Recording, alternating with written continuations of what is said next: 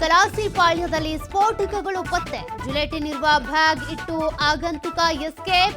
ಆರೋಪಿ ಪತ್ತೆಗೆ ಬಲೆ ಬೀಸಿದ ಕಲಾಸಿಪಾಳ್ಯ ಪೊಲೀಸರು. ಚೌಹಾಣ್ ಮನೆಯಲ್ಲಿ ಮುಂದುವರಿದ ಲೋಕ ಶೋಧ. ಚಿನ್ನ, ಬೆಳ್ಳಿ, ಕಂತೆ ಹಣ ಪತ್ತೆ. ಮಷಿನ್ ತಂದು ಹಣ ಎಣಿಕೆಗೆ ಮುಂದಾದ ಅಧಿಕಾರಿಗಳು.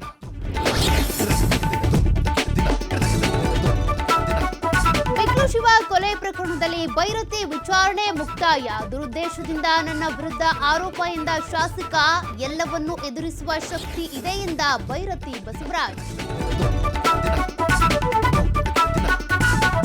ಧರ್ಮಸ್ಥಳ ಗ್ರಾಮದಲ್ಲಿ ಶವಗಳನ್ನ ಹೂತಿಟ್ಟ ಆರೋಪ ಕೇಸ್. ಎಸ್ಐಟಿ ತಂಡಕ್ಕೆ 20 ಪೊಲೀಸ್ ಅಧಿಕಾರಿಗಳ ನಿಯೋಜನೆ.